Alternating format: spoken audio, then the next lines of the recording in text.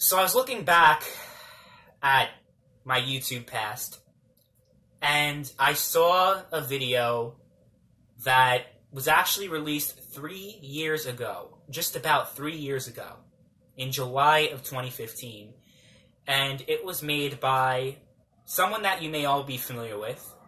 Calls himself Rags. He has a dog profile picture. Yeah, that guy. He made a video about me and my infamous video titled How to Win a PC versus Console Debate.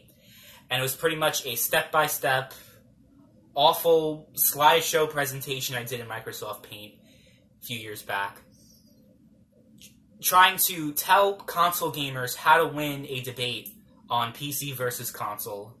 It was an awful video. You couldn't even hear what I was saying. I was like, my voice was muffled, and the graphics were just awful, like with the graphics that I used and the MS Paint that I did. It was just an awful video presentation. But I look back at that, and I still get a kick out of it with the dislikes. I think the like-to-dislike ratio is one of the worst in YouTube history. I actually believe that. And I'm not even exaggerating. You look at the like-to-dislike ratio, I remember last time I checked, it had like 50 likes and 3,000 dislikes, something like that. I think that's in the running for the worst like-to-dislike percentage ratio in YouTube history. But a lot has changed in those past 3 years, and including that, I changed my entire channel direction ever since then. I'm no longer concerned about PC versus console and all that crap. I really couldn't care less anymore about plastic supremacy. But what's also changed is my perception of Rags. The relationship between myself and Rags has always been very hostile. A lot of insults have been traded against each other. We've thrown a lot of insults at each other. And I think the most infamous, one of the most well-known things that I've ever done in my YouTube career is jump into a podcast with Rags. It was just, people still talk about that podcast, and that podcast happened like a year and a half ago. And, man, that was just a very, very, very fun podcast that we were just shitting on each other for 3 hours straight, and it was just great. It was just great. It was a great podcast. You should look back at that. I recommend that anyone who hasn't seen it should at least take a look at it, because it was just crazy. It was a crazy podcast between myself and Rags. Whenever me and Rags are in the same room, so to speak, you know shit's about to go down. But my perception of Rags has really shifted over the past year and a half or so, because I've been changing the focus on my channel. I've been so consumed by PC versus console, and me trying so desperately to prove that consoles are somehow better than PCs, that my judgment of Rags has really been clouded by that.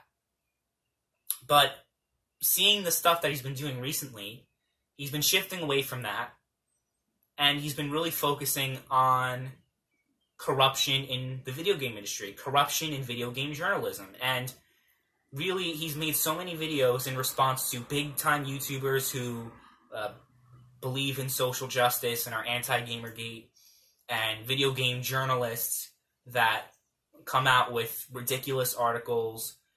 They're supposed to be defending the video game industry. They're supposed to be defending gamers, but they stand against us. Similar to the mainstream media, like CNN and ABC. Mainstream outlets like Kotaku, and I know those are the more politically biased ones, but even the mainstream ones like IGN and GameSpot, they seem to believe in all their op-eds, and even in their articles that are not supposed to actually be opinion pieces, they seem to have a left-wing bias, at least. That's what it seems to me. And a lot of people also have that perception. They're very unfair when it comes to their coverage of Gamergate. Oh, it's just a whole bunch of alt-right sexist trolls that hate women, and they're racist, and they hate black people. That's pretty much all the coverage that was geared towards Gamergate. Meanwhile, Gamergate is about a principle. That if you're a video game journalist, you should be standing up for the gamers, not against us. And this has been a topic of discussion for years when it comes to biased video game reviews, and that still goes on because we have this early review copy system that's just incredibly corrupt. And I think that's really the main source of corruption. When you're giving these mainstream media outlets and the big YouTubers even, that, you know, they fly out to EA and you know what I mean? Like these big YouTubers, you expect them to give fair reviews when they're given early review copies ahead of other YouTubers, and they have a special relationship with EA. You expect them to have fair and objective reviews. And same thing with journalists that have exclusive stories. EA gives them exclusive stories, exclusive gameplay. You expect them to be fair and balanced? So the principle of Gamergate, it all started when these feminist journalists were actually sleeping with reviewers so that their indie games, these are feminist indie developers, they were sleeping with game critics, having sexual relationships, secret sexual affairs with critics, with reviewers, so that their game would get good reviews. That's how Gamergate started. Now, you can argue that Gamergate turned to a whole alt-right shitfest, but I still don't believe that's the case. Sure, there are many alt-right people in the Gamergate movement, but those two things aren't inherently the same, alt-right and Gamergate. And I've been looking at the way that people have criticized Rags, and I find it's very unfair. He's one of the few big YouTubers that's willing to speak out against the social justice infestation that's been plaguing the gaming industry and video game journalism as a whole. Just the entire gaming industry has been plagued by social justice principles which have no place in the video game industry. And just the cancer known as postmodernism that has sadly infected the video game industry. Rags is one of the only few YouTubers of his size, because he doesn't care about sponsorships, he doesn't care about any of that stuff. Unfortunately, most YouTubers of his size, all they care about is getting sponsorships, is having special relationships with EA and all these other companies. Rags doesn't give a shit. He doesn't give a shit. And I respect him a lot for that. I really do. I talked about that on the stream I did a while ago, called The State of the Video Game Industry. And someone asked me about Rags, and I was like, yeah, no, I have no problem with Rags anymore. Because he's one of the only few YouTubers of his size that has the balls to say what needs to be said. That no, postmodernism, social justice has zero place in the video game industry. So that's why I have a newfound respect for Rags. And you could say whatever you want about his personality. Oh, he's arrogant. He's this and he's that.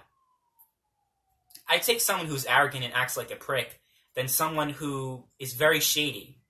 You know what I mean? Rags is at least, you can say what you want about him, but at least he's honest. You can't say that about most other YouTubers of his size.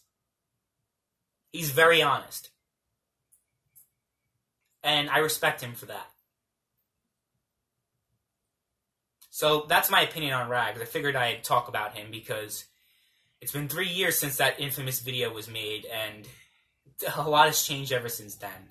And people still ask me every now and then about Rags, and I have zero issue with him whatsoever. I think he's a great YouTuber. I think he's on the right side, and I think we agree with each other a lot more than we disagree, politically and otherwise. Me and Rags actually agree on a lot. And I would love nothing more than do a podcast with him one day. But I know his perception of me from what I've been hearing from sources. I don't know if it's true or not. I'm not going to say that this is true. But from what I've heard, someone who I will not name, who is close with Rags, or at least talks to Rags on a somewhat regular basis, said that, yeah, Rags still thinks that, I'm awful, or that, I'm a shitty YouTuber, or that, whatever he thinks about me. But whatever, I don't care what Rags thinks about me, because what people think of me is not going to influence what I think of them. As long as they don't treat me like shit. And, you know, me and Rags have had differences. But, you know, he can have whatever opinion on me that he has. I'm still going to respect him. And he doesn't have to respect me. I'm not asking for Rags to respect me. But I think that we would definitely benefit a lot working together. Because there are very few people like him. Very few people like me. That are willing to speak out against, or willing to say what we believe in, really. So many people in don't want to offend fanboys. They don't want to offend these big corporations. They don't want to offend anybody. Me and Rags are just like, we don't give a shit about who gets offended. And even though we've had our differences in the past, I really think that we should work together one day. So, anyone who's a fan of Rags, that's also a fan of my channel, heckle him. Tell him, hey, you should work with 8-Bit Politics. You two should do collaborations together. And Rags seems to me like a man of the people, so if you guys want it, I think it'll happen one day.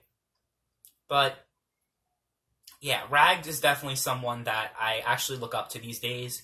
He's definitely a source of my inspiration, because just seeing someone of that size grow to the size that he's grown to, and just not give a shit. Like, he's grown a lot, but he's also not changed his message. Usually when a YouTuber grows from 100 subscribers to 300,000 subscribers, they become a little bit more corporate, a little bit less offensive. You know what I mean? More PC. Rags doesn't give a shit about who gets offended, about what people think. So yeah, I have a lot of respect for Rags, and I just wanted to put that out there. I didn't want this video to be unnecessarily long, but that I guess that shit happens sometimes. Anyway, let me know what you guys think about Rags. I know most of you who are subscribed to me are familiar with him. Do you guys think Rags is a little bit too arrogant? Like, if you guys have a problem with Rags, let me know what it is. I just want to know what you guys think of him, and if you think that we should work together in the future. Because we actually are more similar than dissimilar, believe it or not. So, yeah, I just wanted to make that little video about him. Let me know what you guys think in the comments down below. Thank you guys for watching, and I'll see you guys later.